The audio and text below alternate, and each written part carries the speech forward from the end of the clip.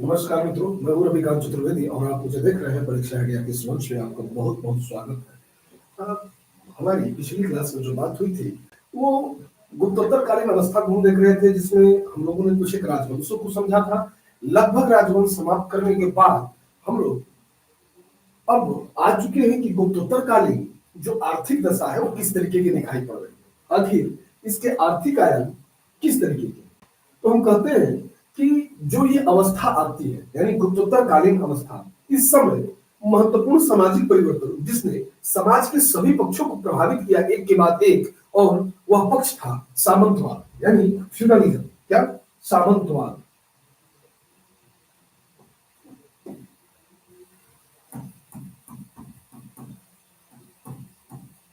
सामंतवाद इस काल की एक जबरदस्त विशेषता। देखिए, गुप्तोत्तर काल में समाज में एक विशिष्ट वर्ग का उदय हुआ और उसे ही सामंत कहा जाता है।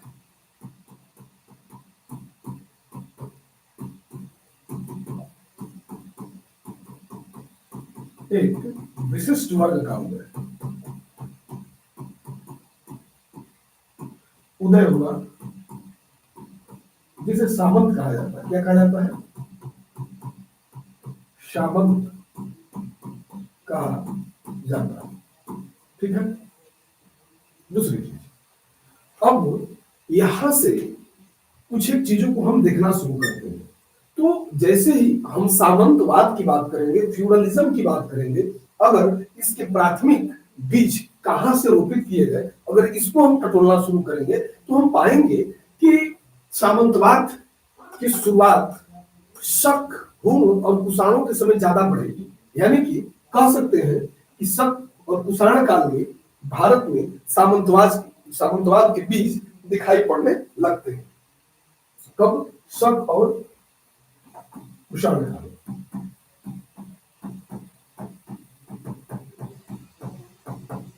ये सामंतवादी जो व्यवस्था है ये भूमि दान पर आधारित, ये पिरामिडीय व्यवस्था है। हमने कहा था कि भूमि दान का जो सबसे पहला प्राचीन उल्लेख है, वो अगर उसकी बात करें कि भूमि दान कहां से आता है, तो हम देखते हैं कि सातवाहन शासकों ने भूमि दान की प्रणाली को स्टार्ट किया था। किसने? सातवाहन शासकों ने। और सामंतवाद, यही भूमि दान की प्रथा आगे चलकर सामंतवाद यानी फ्यूडलिज्म में तब्दील होती है। देखिए, फ्यूडलिज्म में होता क्या है कि नीचे कई राजा हैं। क्या है? कई राजा हैं। इनके ऊपर कुछ एक महामंडलेश्वर है। ठीक है। फिर इनके ऊपर महाभोज है। फिर जो सबसे ऊपर है वो महाराजाधिराज यानी किंग यहां बैठा हुआ है। ठीक। और आवश्यकता पड़ने पर वो सबसे कर, सेना, इनका सहयोग लेता हुआ दिखाई पड़ेगा। ठीक। यानी कि यह एक टॉप बॉटम पे जो बैठा हुआ व्यक्ति है वही राजा या महाराजाधिराज है। ठीक। फिर हमने कहा कि उत्तर भारत में छोटे छोटे राज्यों का उदय हुआ और इससे सामंती जो प्रवृत्ति थी उसको बढ़ावा मिला। तो हम यह भी लिख सकते हैं कि सामंतवाद का उदय भारत में कैसे, तो देखते हैं कि तत्कालीन परिस्थिति यानी गुप्तोत्तर काल में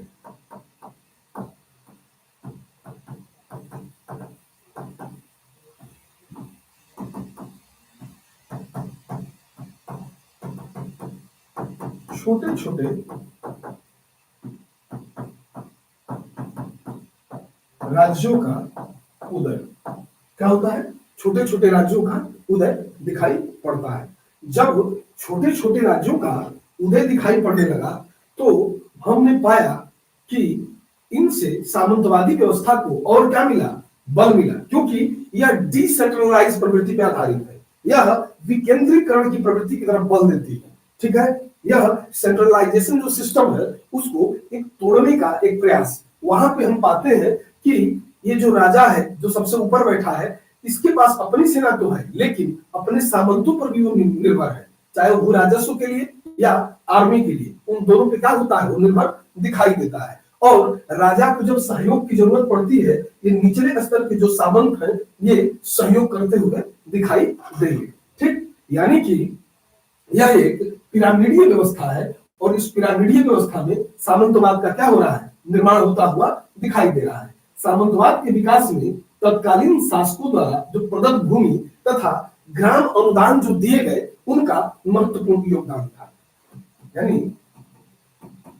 तत्कालीन शासकों द्वारा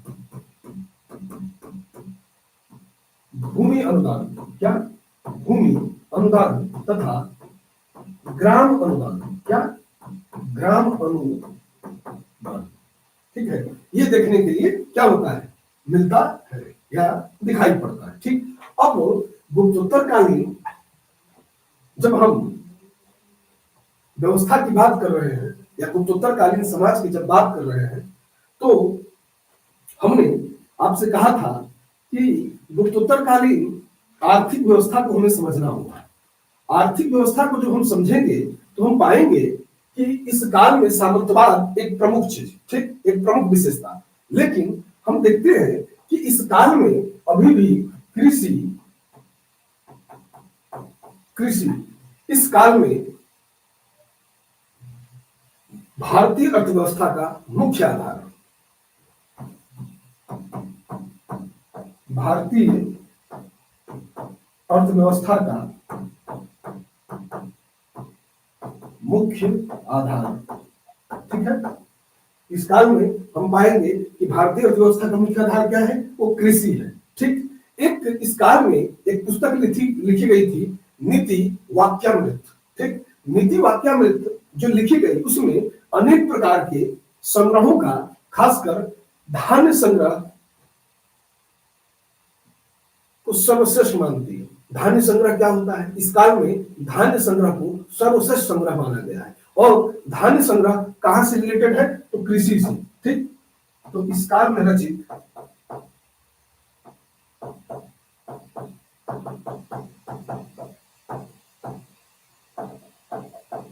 नीति वाक्यामृत, नीति वाक्यामृत, इसमें हम कहते हैं कि सर्वश्रेष्ठ एक कहते हैं ना कि संग्रह, तो सबसे सर्वश्रेष्ठ संग्रह ये पुस्तक कहती है कि सबसे सर्वश्रेष्ठ संग्रह क्या है, धान्य संग्रह, यानी कि अनाजों का संग्रह।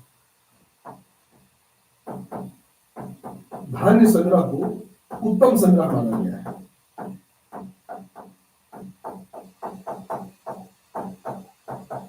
माना गया है।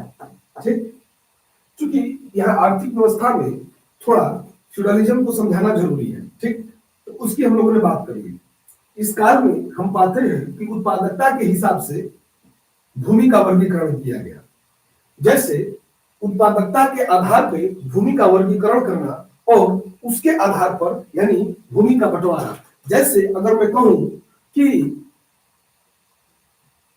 बोई गई भूमि को वाहित या कहते हैं कहा गया, बोई गई भूमि जो सालों भर बोई जाती है उसे वाहित भूमि कहकर संबोधित किया गया। फिर खेती न करने योग्य भूमि को आकृष्ट भूमि कहा गया और जहां बीज न उगता हो उस भूमि को ऊसर भूमि कहा गया। ठीक, तो जरा इसको हटाते हैं, आगे की बात देखते हैं। ठीक है,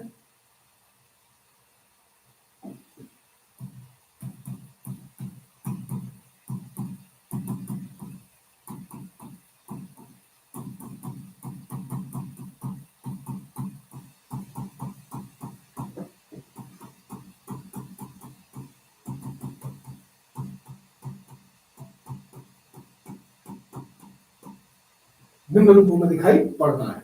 अब हमने कहा वाहित भूमि, वाहित भूमि ये पहली प्रवृत्ति है, भूमि है या टाइप 1 है। टाइप 1 है वाहित भूमि। और यह कैसी भूमि है, तो कहते हैं यह वह भूमि थी जो सालों भर बोई जाती थी या बोई गई भूमि को, बोई गई भूमि जिस पर कृषि क्रिया की जाती थी उसको वाहित भूमि कहा गया। उसी तरीके से खेती न की गई भूमि को आकृष्ट कहते हैं, टाइप सेकंड, आकृष्ट भूमि। तो खेती न की गई भूमि को आकृष्ट भूमि कहते हैं। ठीक, उसी तरीके से एक अन्य भूमि है जिसे ऊसर कहा गया, जो बीज न उगने वाली भूमि, ऊसर भूमि। यानी बीज न उगने वाली क्या है, ये भूमि होगी। ठीक, ये भूमि का क्लासिफिकेशन है, वाहिद, आकृष्ट और ऊसर भूमि। ठीक, अब हम पाते हैं कि कृषि पराशर या उपवन विनोद और अग्नि पुराण, इन ग्रंथों का जब अध्ययन किया जाता है तो इस काल की कुछ एक बातें निकल कर सामने आती हैं। खासकर जब हम कृषि पराशर या उपवन विनोद की बात करते हैं या अग्नि पुराण की बात करते हैं तो कहते हैं कि फसल के लिए गोबर का ऊर्जा के रूप में इस काल में क्या किया जाता था, प्रयोग किया जाता था। तो यहां नोट लगा लेंगे कि फसल के ऊर्जा हेतु या ऊर्जा प्रदान करने हेतु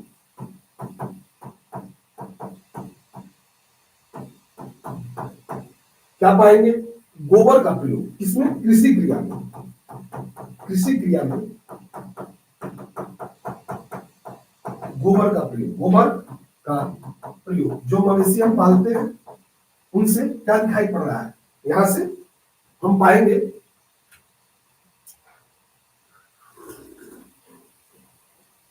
दूसरी चीज, अब हम इससे आगे बढ़ते हैं, कुछ एक चीजों और इसमें शामिल करते हैं। कहते हैं कि कृषि कार्य के लिए हल, फावड़ा, दराती इत्यादि कृषि उपकरणों का भी इस काल में उल्लेख मिलता है। किसका, हल का, फावड़ा का या दराती का या दराती का। ये क्या है, ये कृषि उपकरण है। और लोहे के फाल वाले हल का प्रचलन भी इस काल में देखने के लिए मिलता है कि लोहे की फाल के क्या है, हल बने हुए हैं। हम जानते हैं कि भारत में लोह काल जब शुरू होता है उसी समय से लोहे के फाल भारत में बनाए जाने लगे। ठीक, फिर गुप्तोत्तर काल में सिंचाई के साधनों में हम क्या पाते हैं, वृद्धि पाते हैं। यह वह काल था जहां सिंचाई के साधन क्या है, बढ़े हुए दिखाई पड़ते हैं। इस कालखंड में एक पुस्तक है जो भारत की प्रथम भारतीय इतिहास की मानक पुस्तक है, जिसको कहते हैं राजतरंगिणी, जिसको कलहड़ ने लिखा। बाद में उस परंपरा को जोमराज शिवर और प्रज्ञा भट्ट ने आगे बढ़ाया। उसमें भी हम लोगों ने देखा था कि राजतरंगिणी के अंतर्गत भी यहाँ पर इस काल में एक खुया कर्मचारी का जिक्र किया गया है। खुया कर्मचारी अर्थात इंजीनियर। तो लिख लेते हैं कि राजतरंगिणी इस काल में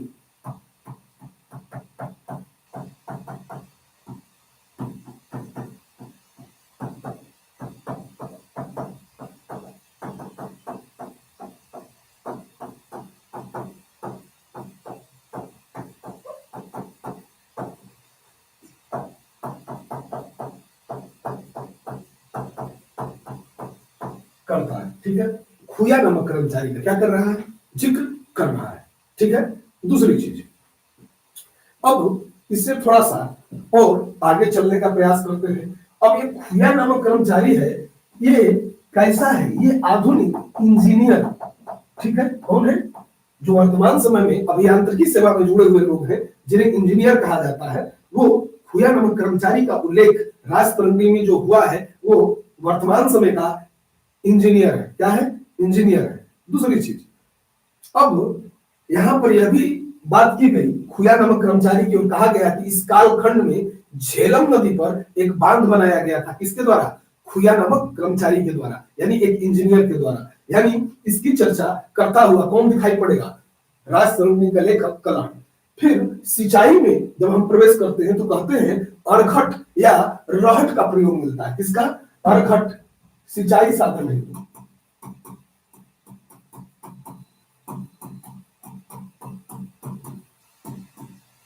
अरघट या रहट का प्रयोग, अरघट या रहट का प्रयोग इस काल में क्या मिलता है, दिखाई पड़ता है।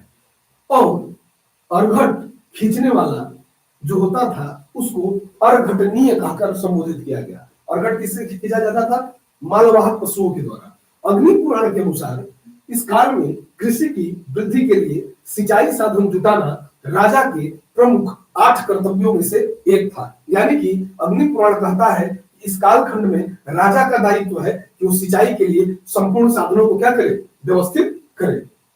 ठीक है, और राजा के 8 मूल कर्तव्यों में सिंचाई को भी रखा गया। तो लिख लेंगे इस काल में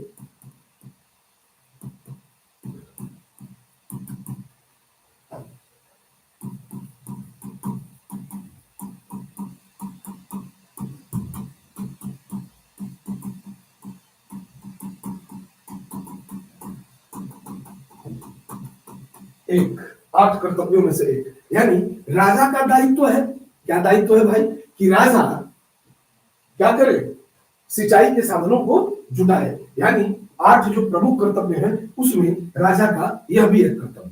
सामंतवादी व्यवस्था इस काल में जो उद्भव हुआ और गांवों के आत्मनिर्भर होने के कारण गुप्त काल में हम पाते हैं कि इस काल में व्यापार का हास्य होता दिखाई पड़ेगा। कारण यह है कि सामंतवादी व्यवस्था के उदय के साथ भारत में बंद व्यवस्था पद्धति का संचार हुआ। यानी ग्रामीण क्षेत्र में ही समस्त आवश्यकताओं की पूर्ति। यानी एक गांव में एक व्यक्ति, एक नाई है, एक जुलाहा है, एक ब्राह्मण है और एक कुम्हार है। इस तरीके से एक दूसरे के कर्तव्यों में क्या है, भागीदारी करते हुए नजर आएंगे। और हम कहते हैं कि इस काल में एक नवीन चीज का परिचय मिलता है या नवीन चीज हमें देखने के लिए मिलती है, और वह यह थी कि सामंतवादी व्यवस्था के कारण इस काल में व्यवसाय और व्यापार धीरे धीरे हास्य की तरफ गया। इस काल का एक निगेटिव पॉइंट, नकारात्मक जो तथ्य है,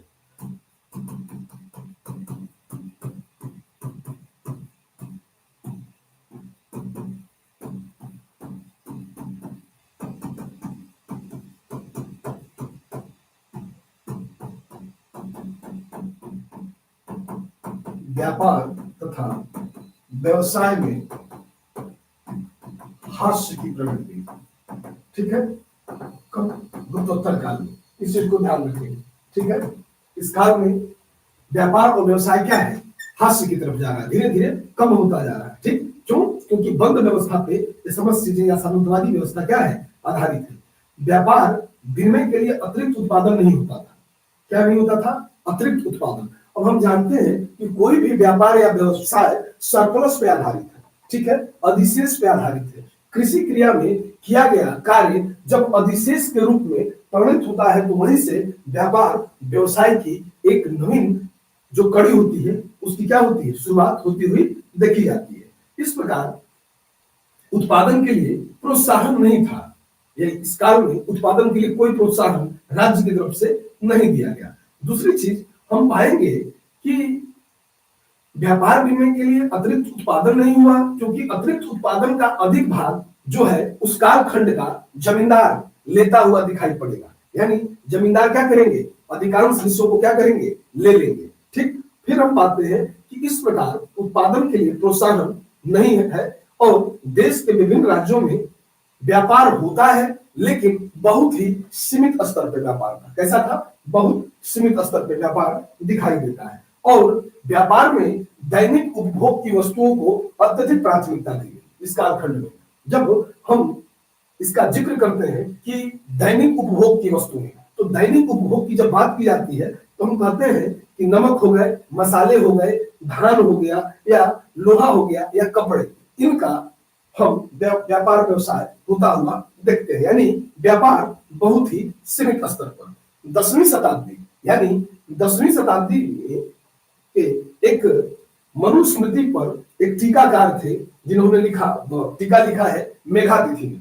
तो मेघातिथि का अगर बयान ले या कुबलय माला की बात कर ले या कथा सरित सागर की बात कर ले या हम समराइज कहा की बात करें तो वहां के विवरणों से यह ज्ञात होता है कि व्यापारी प्रणय वस्तुओं को एक नगर से दूसरे नगर पे क्या कर रहे हैं, ले जाते हुए दिखाई पड़ेंगे, या एक नगर से दूसरे नगर क्या करते हैं, ले जाकर अपनी वस्तुओं को बेचते हैं और बिक्री से प्राप्त धन से उन वस्तुओं को खरीदते हैं जिनकी नगर या राज्य में मूल आवश्यकता होती है। ठीक है, ध्यान रखना है इस चीज का। और एक एक चीज को थोड़ा नोट करते हुए चलेंगे आप। ठीक, क्योंकि हर एक चीज यहाँ जो मैं बोल रहा हूँ सब फैक्ट या कॉन्सेप्ट है। ठीक है, अब व्यापार व्यवसाय में जब प्रवेश करते हैं तो हम पाते हैं कि बंगाल मलमल, पान, सुपारी और सन के लिए इस काल में विख्यात दिखाई देता है। कौन, बंगाल। क्या क्या मिल रहा है, तो हमने कहा कि इस समय बंगाल में मलमल है, पान है, सुपारी है और सन के लिए विख्यात है। वहीं कलिंग में धान की कुछ अच्छी जो किस्म थी उनको भी उपजाए जाने का क्या मिलता है, साक्ष्य प्राप्त होता है। यानी कलिंग का जो क्षेत्र था वहां पर हम देखते हैं कि धान की कुछ अच्छी किस्में होती हुई नजर आती हैं। वहीं मालवा की अगर बात करें तो मालवा क्षेत्र में गन्ने की खेती होती है। किसकी? गन्ने। और उसके साथ साथ नील के लिए प्रसिद्ध है। कौन? मालवा। गुप्तोत्तर काल में मालवा गन्ने और नील के लिए फेमस दिखाई पड़ता है। यानी कि भारत के हर एक क्षेत्र में कुछ न कुछ विशेष व्यापार की प्रवृत्ति देखने के लिए क्या होती है? मिलती है। ठीक है। दूसरी चीज, अब हम इससे आगे बढ़ते हैं तो हम पाते हैं कि कुवलय माला एक ग्रंथ है जिससे पता चलता है कि उत्तरापद से ये लोग गुप्तोत्तर काल में क्या करते थे? घोड़े खरीदने का काम करते थे। कहां से? उत्तरापद। उत्तरापद की राजधानी तक्षशिला की तरफ, यानी उत्तर पश्चिम वाला हिस्सा। ठीक, जहां पे हम पाते हैं कि भारतीय लोग अरब और भारत से आने वाले या रूम से आने वाले घोड़ों का व्यापार व्यवसाय करते हुए दिखाई देंगे। ठीक है। वहीं इसी पुस्तक में उत्तर और दक्षिण के जो भारत के जो व्यापारी हैं, इन व्यापारियों के आपस में एक स्थान पर मिलने का भी उल्लेख मिलता है। इसमें कुवलय माला में दिया गया है कि ये क्या करते हैं? उत्तर और दक्षिण के व्यापारी एक विशेष स्थान है जहां पर आकर मिलते हैं। वहीं एक अन्य साक्ष्य पेहुआ अभिलेख। कौन? पेहुआ अभिलेख। तो पेहुआ अभिलेख में देश के विभिन्न भागों में आने वाले घोड़ों के क्रय विक्रय करने वाली गोष्ठियों का नाम भी उसमें जिक्र किया गया। इसमें पेहुआ अभिलेख में अल-बरूनी ने भारत में 15 मार्गों का जिक्र किया है इस काल में। ये 15 मार्ग जो कन्नौज, मथुरा, बाड़ी, बयाना, साथ ही हम पाते हैं कि कन्नौज, पानीपत, कटक, काबुल होते हुए ये सारे व्यापारिक मार्ग गजनी तक जाते थे। कहां तक जाते हैं? गजनी तक जाते हुए दिखाई देते हैं। कन्नौज से एक ही मार्ग कामरूप यानी कि असम, वहीं से एक मार्ग नेपाल की तरफ, वहीं से एक मार्ग तिब्बत को जाता है। यानी कन्नौज से नेपाल जाने का, तिब्बत जाने का, और साथ ही हम पाते हैं कि कामरूप जाने का मार्ग दिखाई पड़ता है। कहां से? कन्नौज से। यानी कन्नौज क्या है? उस समय एक सेंटर है, व्यापारिक सेंटर, राजनीतिक सेंटर, जहां से सोशल, पॉलिटिकल या कोई भी बड़ी चीज क्या हो रही है? रेगुलेट की जा रही है। जो पूर्व में हम पढ़ रहे थे कि जो महिमा पाटलिपुत्र की थी, इस कालखंड में उन समस्त चीजों का आरोपण कहीं ना कहीं पाटलिपुत्र से कन्नौज पर कर दिया गया, महोदय से या काम्यकुब्ज पर कर दिया गया। ठीक, इस चीज का हम ध्यान रखेंगे। दूसरी चीज, अल-बरूनी ने इस काल में 15 मार्गों का जिक्र किया है। यहां लिख लेंगे।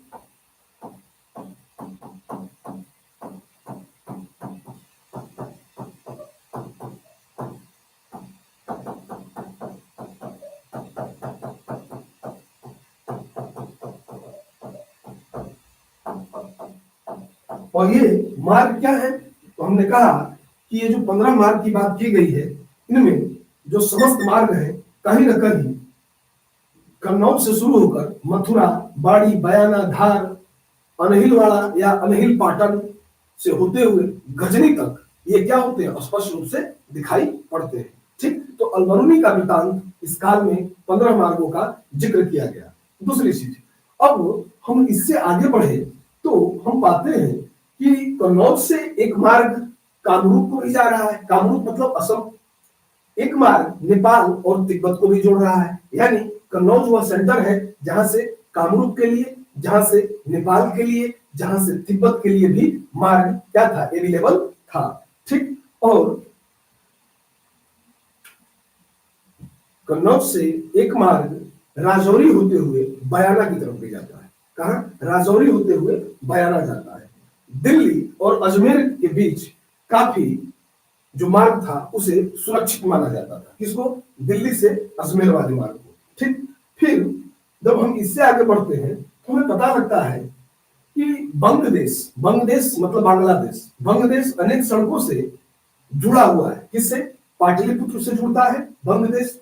हम पाते हैं कि बंगदेश जुड़ता है भारत का एक अन्य महत्वपूर्ण क्षेत्र है जो व्यापारिक व्यवसायिक चीजों के लिए फेमस है। भारत की प्राचीन नगरी है, ऋग्वेद कालीन नगरी है, बनारस से भी जुड़ता है। यानी कि हम पाएंगे कि बांग्लादेश से सड़कों से पाटलिपुत्र और बनारस की तरफ हम व्यापार की बहुतायता पाते हैं, यानी कि उत्तरी भारत के महत्वपूर्ण नगरों से जुड़ता हुआ ये क्या हो रहा है, दिखाई दे रहा है।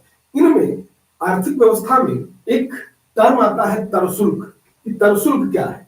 राज्य की आय का एक महत्वपूर्ण साधन था। कौन? तरशुल्क। जरा इसको हटाते हैं, तरशुल्क क्या आते हैं, तरशुल्क क्या है?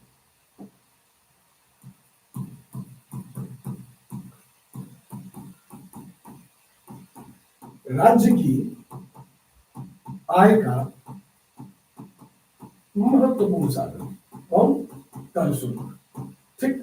अब समस्या ये उठती है कि ये जो तरशुल्क बताया गया है, ये तरशुल्क रियलिटी में है क्या? जरा इसको समझते हैं। देखिए, इस तरशुल्क का पहली बार उल्लेख पाल अभिलेखों में मिलता है।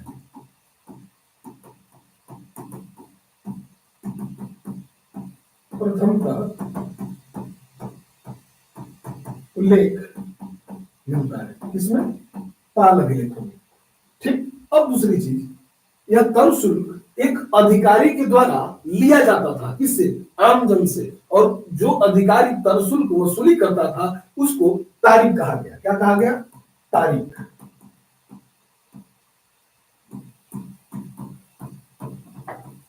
तरशुल्क वसूल करने वाला अधिकारी। ठीक, तारीख। दूसरी चीज,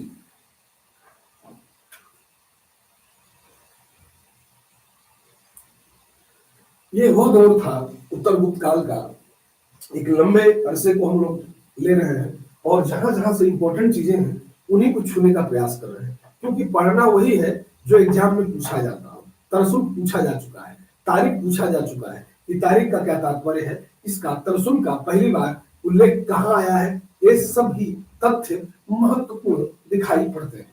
अब इसके आगे यानी कि तरसुल्क से आगे इसमें और क्या विशिष्ट है? हम कहते हैं कि अरबों के आक्रमण के कारण पश्चिमी एशिया के साथ व्यापार का हास्य होता हुआ भारत का इस काल में दिखाई पड़ेगा। अरबों के विस्तार का उद्देश्य पश्चिम और पूर्व के बीच स्थल व्यापार पर अपना अधिकार क्या करना है? जमाना है। यानी पश्चिम और पूर्व दोनों ही क्षेत्रों पर अरबी लोग चाहते थे क्या कि उनका ट्रेड पर क्या हो? मोनोपोली हो। ठीक। और बाद के समय में हम पाएंगे कि यह मोनोपोली कायम भी हुई। उन्होंने भारत की ओर बढ़ने के लिए अनेक प्रयास किए और इस क्रम में हम पाते हैं कि 712 ईस्वी में जाकर कहीं ये मुल्तान और सिंध पर अधिकार कर पाते हैं। कौन? अरबी लोग। और पहला आक्रमण मोहम्मद बिन कासिम, बलिस्ता का प्रयोग, देवल और सिंध के राज्य जो है हिंदू शाही राज्य, उनको समाप्त करके पहली बार जजिया, जकात या इस्लामिक पद्धति पर कुरान का अनुवाद सिंधी भाषा में वहीं से शुरू होता है। ठीक है। और पहली भाषा सिंधी है जहां से कुरान का अनुवाद दिखाई पड़ता है। अब इससे आगे बढ़ते हैं तो हम कुछ चीजें और पाएंगे। मध्य एशिया के राजाओं पर चीन के नियंत्रण के अभाव में व्यापारियों ने अन्य मार्गों को भी इस काल में अपनाया। ठीक। यह एक इंटरनेशनल नियम था कि भाई मध्य एशिया के राजाओं पर चीन के नियंत्रण के अभाव में, यानी कि चीन का नियंत्रण वहां पे नहीं दिखाई पड़ता है, उसके अभाव में व्यापारियों ने अन्य जो मार्गों को अपनाया, जिसमें आसाम, बर्मा, सिक्किम और चुम्बी घाटी का नाम लिया जा सकता है। कौन कौन? असम, बर्मा और चुम्बी घाटी, ये सारे इलाके भारत के नॉर्थ ईस्ट की तरफ दिखाई देंगे। कहां दिखाई देंगे? नॉर्थ ईस्ट की तरफ दिखाई देंगे। कामरूप और तिब्बत के मध्य 35 घाटियों का जिक्र है। कामरूप इस काल में, कामरूप से तात्पर्य है असम। ठीक है। कामरूप से तिब्बत तक कितनी घाटियां? तो कहता है 35 घाटियों से होकर व्यापार होता है। ठीक है। कितनी घाटियों से? 35 घाटियों से। दूसरी चीज, अब इससे हम आगे बढ़ते हैं तो हमें कुछ चीजें और पता लगती हैं। जैसे 9वीं शताब्दी के बाद अरब साम्राज्य के विस्तार के कारण समुद्री व्यापार करने वाले व्यापारियों का अब बोलबाला अधिक बढ़ गया इस काल में। अब स्थल से ही नहीं बल्कि समुद्री मार्ग से भी इस काल में व्यापार व्यवसाय को हम क्या पाते हैं, बढ़ोतरी पाते हैं या देखते हैं। उसके पीछे का कारण था कि 9वीं 10वीं जो शताब्दी में अरबों ने अपने आप को प्रमुख साझेदार बनाया। किसमें? तो उन्होंने साझेदारी की और धीरे धीरे समुद्री जो व्यापार है, तो समुद्री व्यापार में हम पाएंगे कि चीनियों का प्रभाव जो बढ़ रहा था या चीनियों का प्रभाव जो था, उनके जहाज बड़े होते थे और जिनमें 1000 के लगभग एक जहाज में व्यक्ति होता था। इस प्रभाव को भी वो क्या करना चाहते हैं, तोड़ना चाहते हैं। हम जानते हैं कि चीनियों का प्रभाव सूर्यातीत तल पर ज्यादा दिखाई देता है। यहाँ इस काल में जब समुद्री व्यापार शुरू हुआ तो समुद्री व्यापार में एक सबसे बड़ी समस्या थी समुद्री डाकुओं की, यानी कि समुद्री डाकुओं से सुरक्षा के लिए उनके जहाजों में हम पाते हैं कि हथियारबंद रक्षक भी होते थे। और भारतीय जहाज इसकी तुलना में क्या है, छोटे हैं और उनमें समुद्री डाकुओं से सुरक्षा के लिए कोई व्यवस्था भी नहीं थी, यानी कि वो ऐसे ही थे। 10वीं शताब्दी के बाद गुजरात में चालुक्यों का शासन क्या होता है, स्थापित होता है। जब चालुक्य शासन स्थापित हुआ तो हम पाते हैं कि चालुक्यों ने वहां के शासकों से समुद्री व्यापारियों को कुछ सुरक्षा प्रदान की। इससे चालुक्यों के काल में हम देखते हैं कि समुद्री व्यापार में थोड़ा दक्षिण की तरफ इजाफा होता हुआ दिखाई देगा। दूसरी चीज, 11वीं शताब्दी में कुतुब-उल-हिमा के आविष्कार के कारण समुद्री यात्राओं में बहुत सुविधा दिखाई देती है। तो 11वीं शताब्दी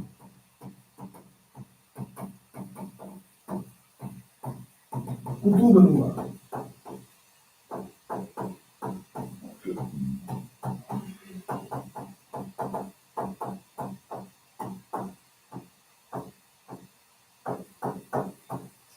ठीक 11वीं शताब्दी में कुतुब-उल-हिमा के आविष्कार के कारण क्या होता है, तो कुतुब-उल-हिमा के आविष्कार के कारण हम पाते हैं कि समुद्री व्यापार में क्या हुआ, थोड़ा विशेष सुविधाएं आ गई।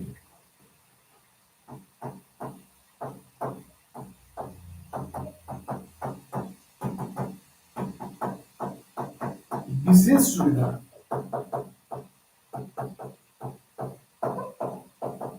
शुरुआत होती है, ठीक है। दूसरी चीज, 10वीं शताब्दी में शुंग ऐतिहासिक जो लेख हैं उनके संग्रहों को अगर एकत्रित किया जाए तो तथा एक अन्य विवरण है लियांगसुंग। कौन सा? लियांगसुंग। तो लियांगसुंग से ज्ञात होता है कि उत्तरी भारत चीन के साथ व्यापार करने वाले देशों में सम्मिलित नहीं था, किंतु जब हम गहराई से देखते हैं तो पाते हैं कि चोल सम्राट राजेंद्र या राजेंद्र चोल विजय, यानी कि श्री विजय, सुमात्रा श्री विजय और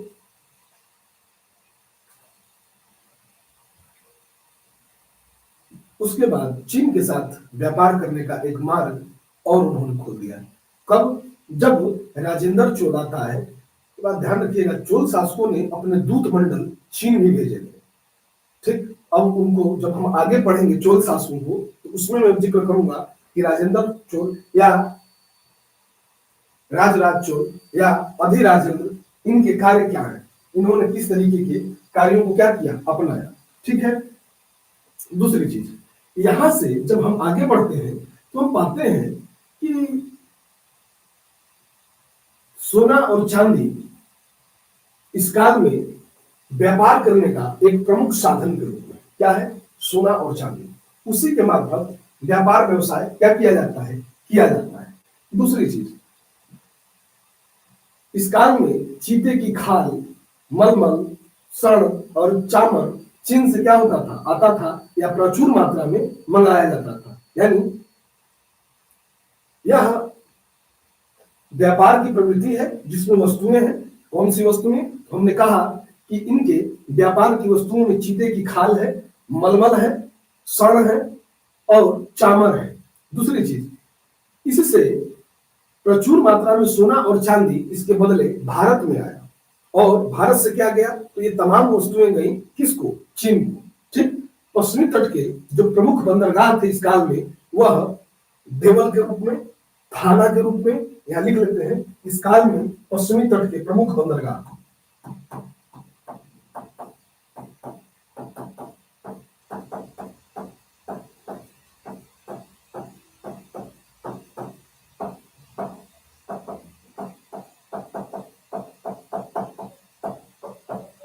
थाना, थाना एक जगह है थाना।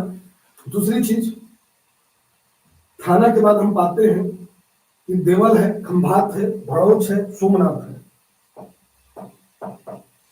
देवल, खंभात और भड़ौच, ये पश्चिम के बंदरगाह थे। कहाँ के बंदरगाह थी ये पश्चिम के बंदरगाह है।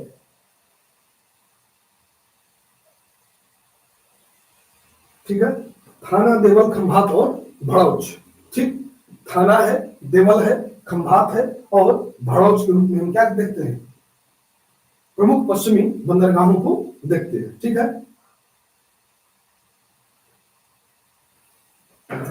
अब इसके बाद कुछ एक चीजें और, वैसे मैंने कहा कि उत्तर गुप्त काल में वस्त्र उद्योग अत्यंत उन्नत अवस्था में, और वेनसांग ने अनेक प्रकार के वस्त्रों का भारत में क्या किया, जिक्र किया या बताया।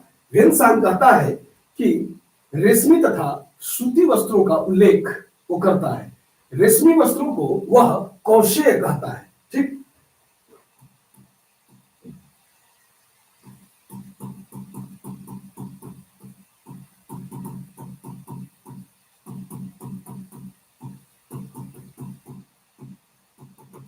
वस्त्र उद्योग का क्या किया, जिक्र किया। ठीक है, अब जब वस्त्र उद्योग का जिक्र किया तो इसमें कौशे और छौम दो आते हैं, कौशे और छौम। अब यहां हमें समझना होगा कि कौशे का क्या तात्पर्य है। तो कौशे हमेशा कहते हैं रेशमी वस्त्र को, किसको, रेशमी वस्त्र को कौशे कहते हैं। और जो ये छौम है, ये छौम सन का बना हुआ वस्त्र है। किसका, सन, एक रेशा होता है सामान्य सन का रेशा, तो सन के रेशे, सन के रेशे का बना वस्त्र। ठीक है, छौम हो गया। ठीक, और एक अन्य वस्त्र का वेनसांग जिक्र करता है जिसे दुकुल कहा जाता है। क्या कहा जाता है, दुकुल। दुकुल, यह दुकुल जो था एक विशिष्ट प्रकार का वस्त्र था जिसे पौधे के रेशे से तैयार किया जाता था, उसे दुकुल कहा गया है।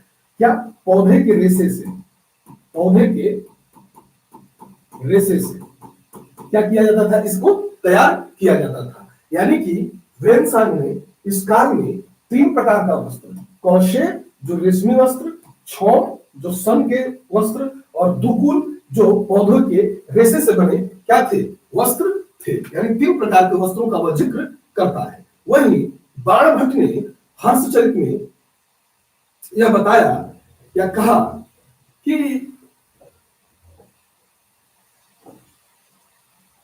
लाल तुंज, एक नाम देता है लाला तुंज या लाल तुंज। ठीक, एक नाम है वस्त्र का, अंशुक और चिनासुक। ठीक, ये नाम कौन देगा, तो हम कहेंगे यह नाम बाणभट्ट ने हर्षचरित में दिया। क्या,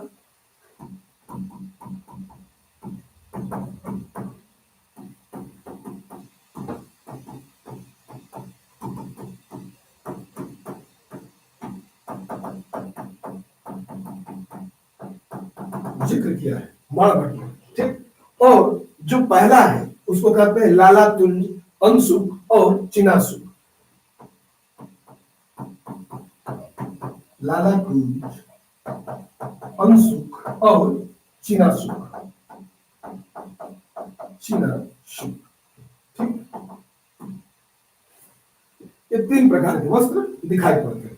ठीक, अब यहां से एक अन्य विवरण बताया गया है। अल इस्सिद्री एक विद्वान है, भारतीय इतिहास में जिनका उल्लेख आता है, और उनका नाम है अलई दृश्य, क्या नाम है? अलई दृश्य। इसको हटाते हैं, जरा अन्य तथ्य पे आते हैं, ठीक है, तब आगे की बात बनेगी। एक विद्वान है जिनका नाम है, हमने कहा, अल इद्रिसी। अल इद्रिसी, ये जो विद्वान है ये कहता है, अल इद्रिसी, कि मुल्तान वस्त्र उद्योग का प्रमुख केंद्र है। कौन? मुल्तान वस्त्र उद्योग का प्रमुख केंद्र। किस काल में? इस कालखंड में। क्या होता है? अल-इद्रिसी के मुताबिक इस काल में जो सबसे प्रमुख जो वस्त्र उद्योग का केंद्र था वह मुल्तान के नाम से फेमस है। वहीं भड़ौच के बने हुए वस्त्र इतने प्रसिद्ध थे कि उनको विश्व लेवल पे, यानी भड़ौच के वस्त्रों को वरोज कहा जाता था।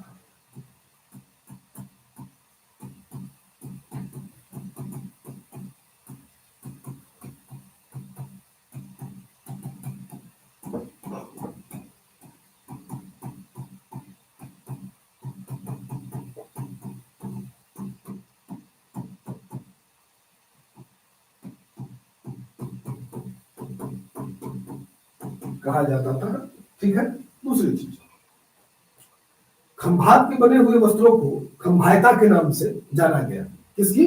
खंभात के बने हुए वस्त्र जो थे उनको खंभायता नाम दिया गया। और यहाँ के वस्त्र पर उकरम, क्या? उकरम विदेशियों से क्या होते थे? निर्यात होते थे।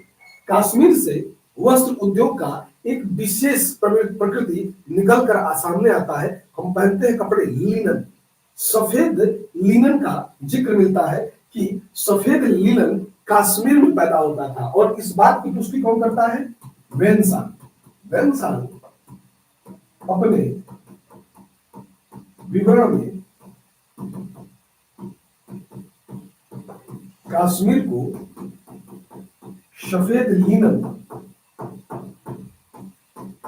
हेतु प्रसिद्ध बताता है, ठीक है।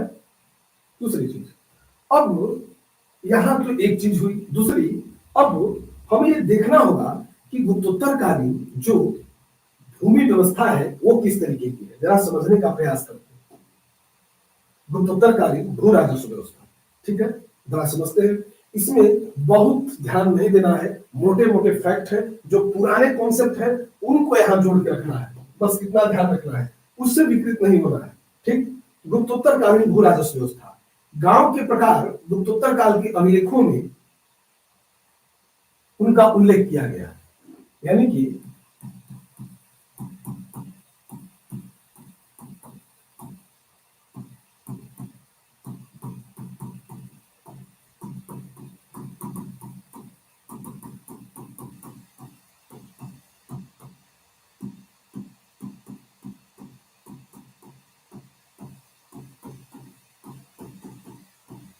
किया गया। पहली चीज कि गांव के प्रकार क्या है, इसमें कहते हैं कि एक जो गांव की जो सबसे फेमस प्रवृत्ति है उसको कहते हैं भंडारवाद गांव। क्या? पहला भंडारवाद गांव। ये भैया, ये भंडारवाद गांव क्या है? ऐसे गांव जहां अंतर जातीय आबादी रहती हो और वहां के किसान भूमि कर सीधे तौर पे राजा को देते, ठीक है, भंडारवाद गांव कहे जाएंगे। तो पहली चीज कि ऐसे गांव जहां अंतर जातीय आबादी रहती है,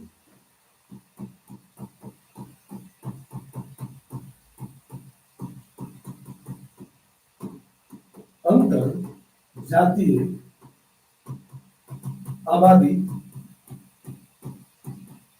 रहती है, ठीक है। और ये अंतर जातीय आबादी न केवल रहती हो बल्कि ये किसान भूमि कर किसको देंगे? सीधे राजा को।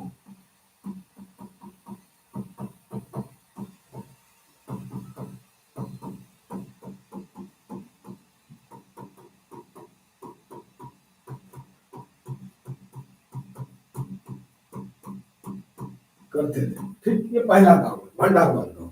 दूसरा ब्रह्मदेव गांव। कौन? ब्रह्मदेव देय गांव। अब यहां ये समझना होगा कि ब्रह्मदेव गांव किसको कहते हैं? ऐसे ग्राम जहां ग्राम की जमीन जिन्हें ब्राह्मण समुदाय को क्या किया हो? दान दिया हो।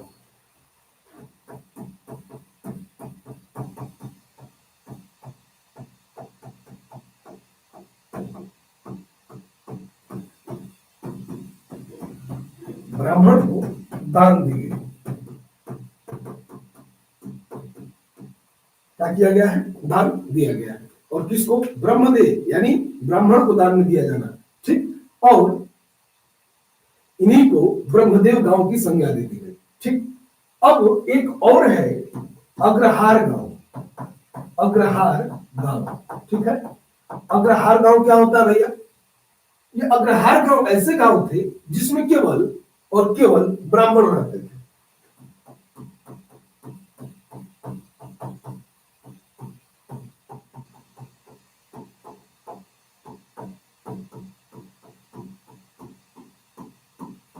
ब्राह्मण क्या थे? रहते थे। ये क्या है? अग्रहार गांव में।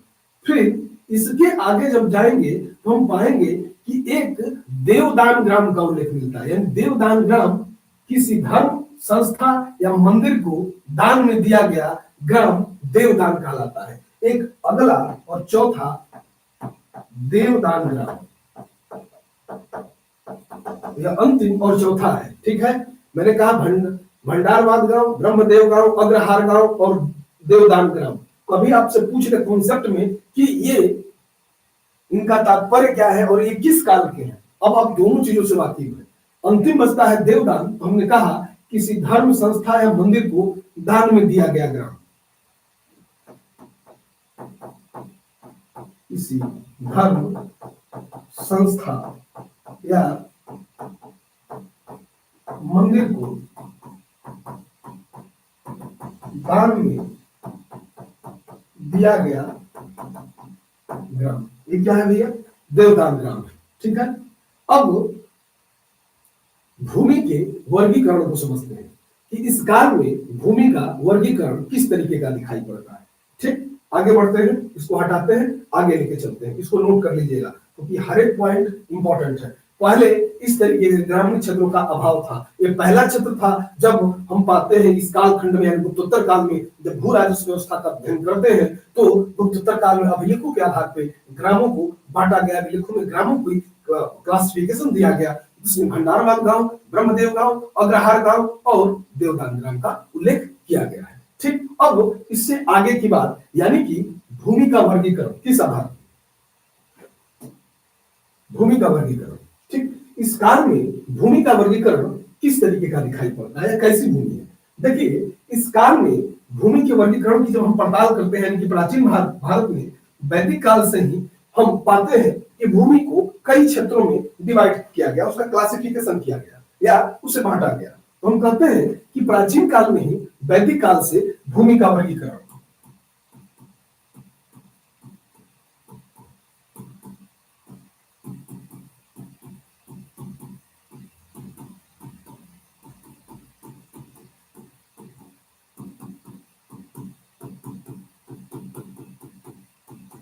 भूमि का वर्गीकरण, जो पहली भूमि मिली इसको कहते हैं क्षेत्र भूमि। क्या होती है?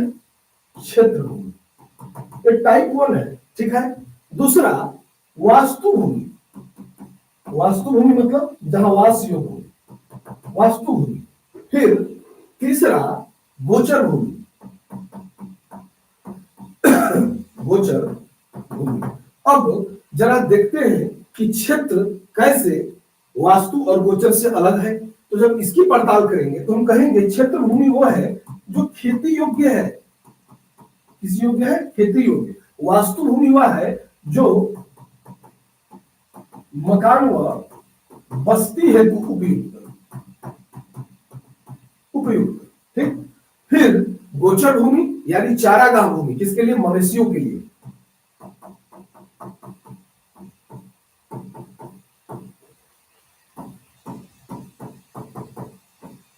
मवेशी।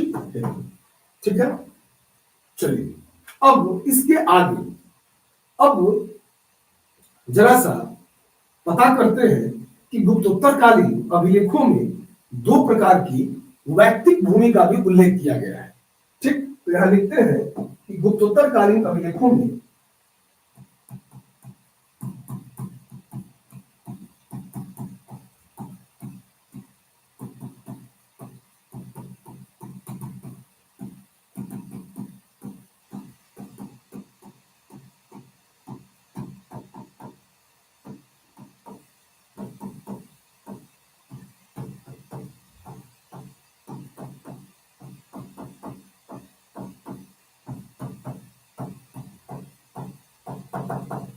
दो प्रकार की जो वैयक्तिक भूमि है उनका उल्लेख। एक जो भूमि थी वैयक्तिक भूमि, जिसको शतक भूमि कहा गया, जिस भूमि पर हम पाते हैं कि निजी स्वामित्व होता है। कौन?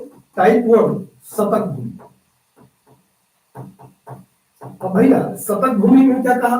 यह स्वामित्व के आधार पर है, यानी शतक भूमि का जो मालिक होगा उसका तात्पर्य यह है कि जिस भूमि पर निजी स्वामित्व होता हो।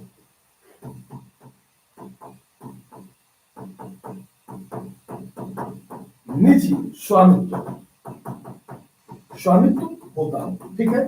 निजी स्वामित्व यानी कि उस भूमि को बेचने खरीदने का भी अधिकार उसके पास होगा। फिर कृष्ण भूमि या प्रकृष्ट भूमि, दूसरा टाइप, कृष्ट या अकृष्ट भूमि। अब इसे समझना होगा कि यह किस प्रकार की भूमि है या कैसी भूमि दिखाई पड़ रही है, कृष्ट या अकृष्ट भूमि, ठीक है। या प्रकृष्ट भूमि इसको लिखिएगा, अकृष्ट नहीं प्रकृष्ट, ठीक है। अकृष्ट नहीं, कृष्ट और प्रकृष्ट भूमि, ठीक है। तो इस भूमि में क्या किया गया, हम पाएंगे कि स्वयं खेती की जाने वाली भूमि। कैसी? स्वयं खेती की जाने वाली।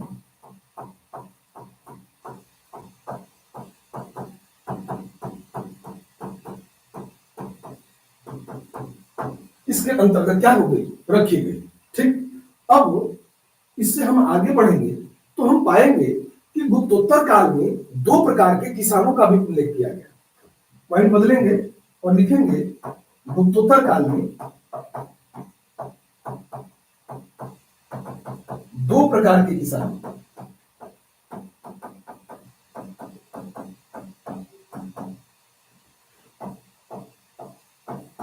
अब समझते हैं कि ये जो दो प्रकार के किसान हैं इनमें टाइप 1 क्या है और टाइप 2 क्या है, ठीक।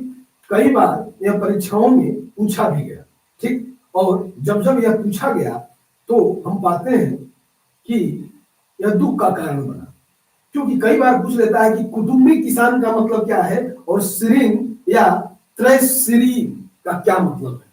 कुटुंबी किसान कौन है? कुटुंबी, कुटुंबी किसान।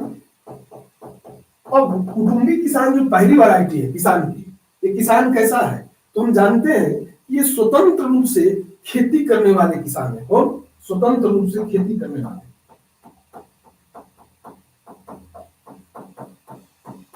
खेती करने वाले क्या है? ये किसान है। इनको हम लोग कुटुंबी किसान कहते हैं, ठीक। दूसरा श्रीन, कौन? श्रीन, श्रीन, श्रीन क्या होता है? तो हम कहते हैं कि जो किसान बटाई पर खेती करता हो,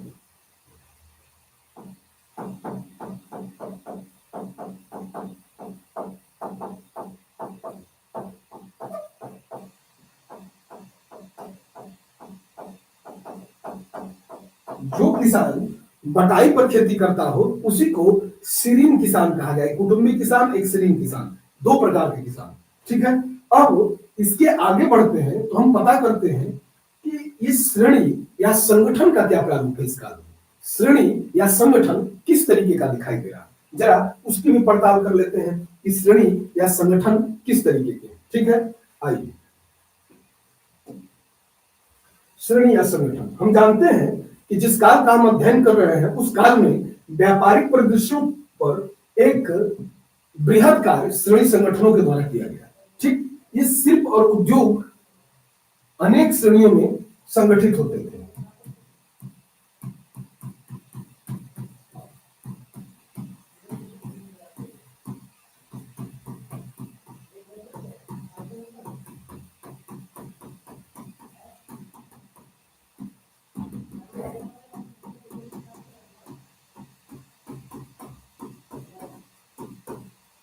पहली चीज, ठीक है। क्या कर रहे हैं, ये शिल्प और उद्योगों की अनेक श्रेणियां होती हैं। श्रेणियों में जो श्रेणियां एक ही प्रकार का व्यवसाय करती थी उनको संगठन कहा जाता था।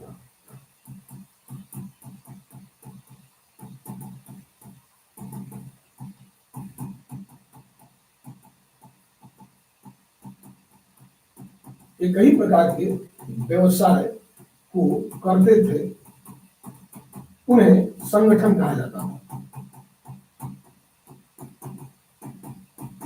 क्या कहा गया, उनको संगठन कहा गया, ठीक है।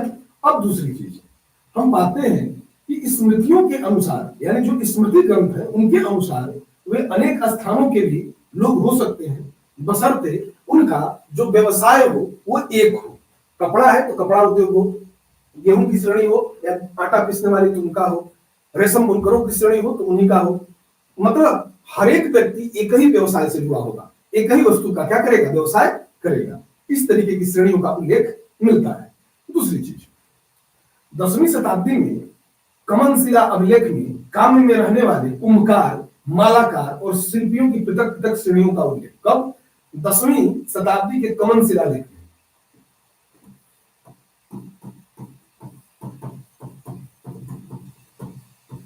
10वीं शताब्दी के कमन शिलालेख में।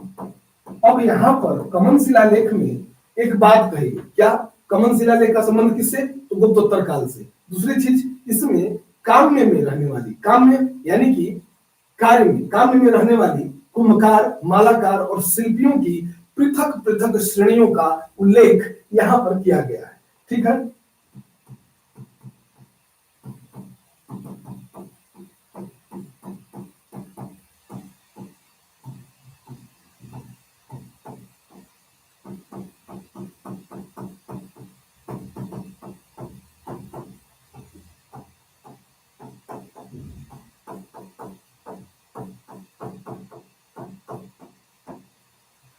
किया गया, ठीक है। दूसरी चीज, अब इससे हम आगे बढ़ते हैं।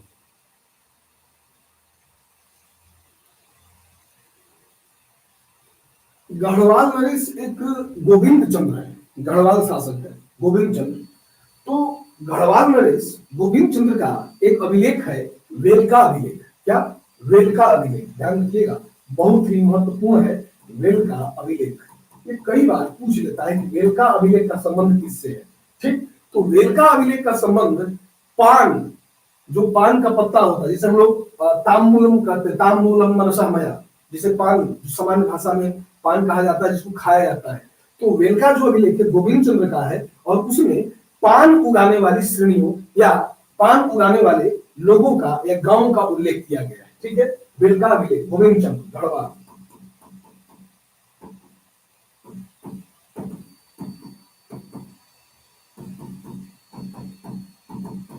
पान उगाने वाली श्रेणियां,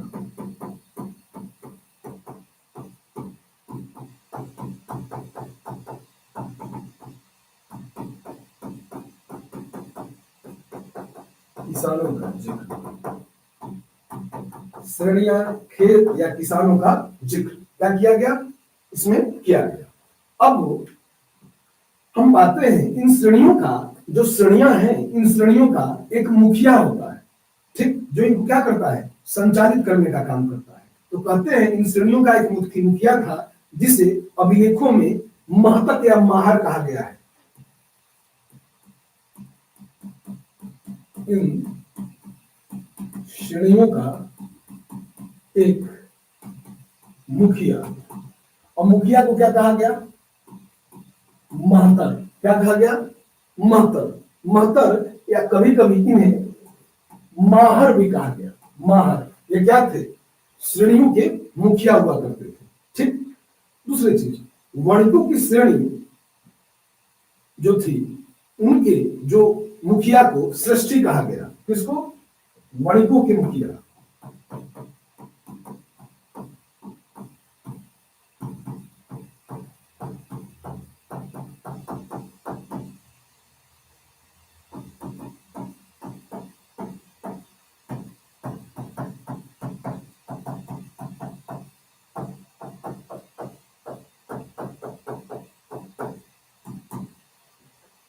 किया गया। ठीक है, इन श्रेणियों की एक कार्य समिति भी होगी। इन्हें स्मृति में या स्मृति ग्रंथों में इनको कार्य चिंतक कहकर संबोधित किया गया। क्या कहा गया? कार्य चिंतक। किसको? तो श्रेणियों के कार्य समिति को। ठीक, श्रेणियों की कार्य समिति क्या कही जाएगी? कार्य चिंतक। नोट कर लीजिएगा उसको, इंपॉर्टेंट है। फिर अब इससे हम आगे बढ़ेंगे तो पाएंगे ये श्रेणियां तब भी एक सामान्य कार्य नहीं, ये बैंक का कार्य, जो काम आज के आधुनिक बैंक करते हैं वही काम इस काल की श्रेणियां करती हैं, यानी कि ये बैंकिंग कार्य करती हुई नजर आती है। ठीक, यहाँ थोड़ा कट रहा है, ध्यान रखिएगा, लिख लीजिएगा कि यहाँ बैंक का कार्य भी ये श्रेणियां करती हुई दिखाई पड़ती है। दूसरी चीज, कुछ अभिलेखों में कुम्भकारों, तैलियों और रथपतियों का जो थे श्रेणी, उनका भी उल्लेख है। ठीक, स्थापित जो श्रेणियां होती थी उनमें सदस्यता का एक क्रम होता था। कहते थे कि स्थापित श्रेणियों के प्रत्येक सदस्य को 1 द्रम प्रति सदस्य देना पड़ता था, यानी श्रेणियों की सदस्यता के लिए शुल्क भी लिया जाता था, और मालियों के प्रत्येक सदस्य को प्रतिदिन 4 मालाएं भी प्रदान करनी पड़ती थी। ठीक, तो यहां पर इंपॉर्टेंट वो नहीं है कि मालियों के प्रत्येक सदस्य को प्रतिदिन 4 मालाएं प्रदान की जा रही हैं, वरन यहां पर इंपॉर्टेंट ये रहेगा कि इस तरीके की श्रेणियां हैं, यानी कि जो तैलियों की श्रेणी है, महतरों की श्रेणी है या मालियों की श्रेणी है, और उनके कुछ कार्य उल्लेखित किए गए हैं। ठीक, एक सियादोनी अभिलेख है जिसमें नमक का व्यापार करने वाले वणिकों का उल्लेख किया गया। इसमें सियादोनी अभिलेख, इसमें क्या है? ये नमक का व्यापार करने वाले लोग हैं। साथ ही वणिकों में कुंभकार, तैली और तांबुल श्रेणियों का भी इसमें उल्लेख मिलता था, यानी व्यापार व्यवसाय एक ढंग से यहाँ पर समय समय चलता हुआ दिखाई पड़ता है। यानी व्यापार था, लेकिन पहले से इस काल में व्यापार हास्य की तरफ बढ़ता है। ये तमाम वो उदाहरण थे जहां से कभी कभार आयोग के द्वारा आपसे सीधा प्रश्न पूछा जाता है। ठीक, अब हम बात करते हैं इस काल में प्राप्त मुद्रा की, कि मुद्रा व्यवस्था इस काल में कैसे दिखाई पड़ रही है। ठीक है, मुद्रा, ठीक है, देखिए इस काल में जो सिक्के उपलब्ध हुए वो बहुत ही कम है, और उनमें मौलिकता और कलात्मक जो सुंदरता है उसका अभाव है। तो पहली चीज मुद्रा में हमें यही देना होगा कि इस काल की जो मुद्रा है या सिक्के हैं, जो सिक्के उपलब्ध हैं वो बहुत ही कम है।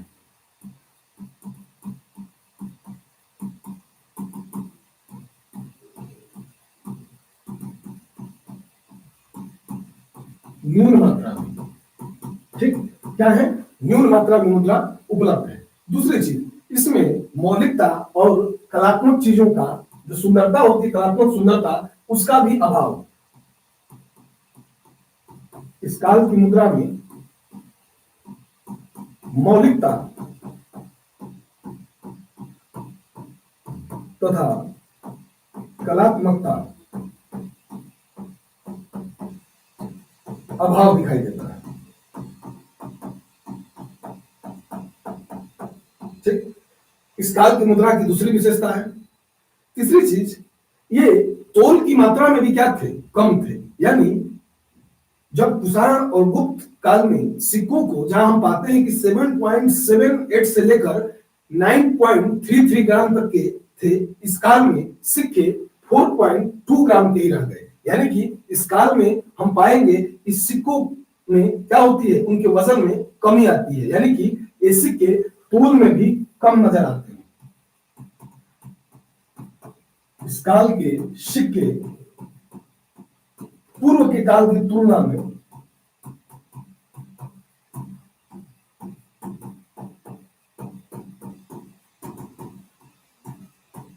कम वजन, ठीक, या उनका वजन क्या है? कम है। ठीक, वो तोल की मात्रा में क्या है? कम है। वजन उनका क्या है? कम वजन ही लिखा गया है, यानी उनका वजन क्या है? कम है।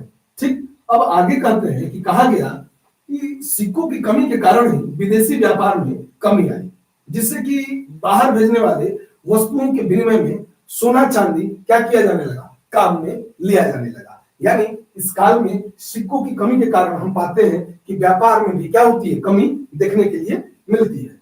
ठीक रोमन साम्राज्य के साथ हम पाते हैं कि इस काल में रेशम का व्यापार बंद हो गया। ये वही काल था जब रोमन साम्राज्य के साथ व्यापार बंद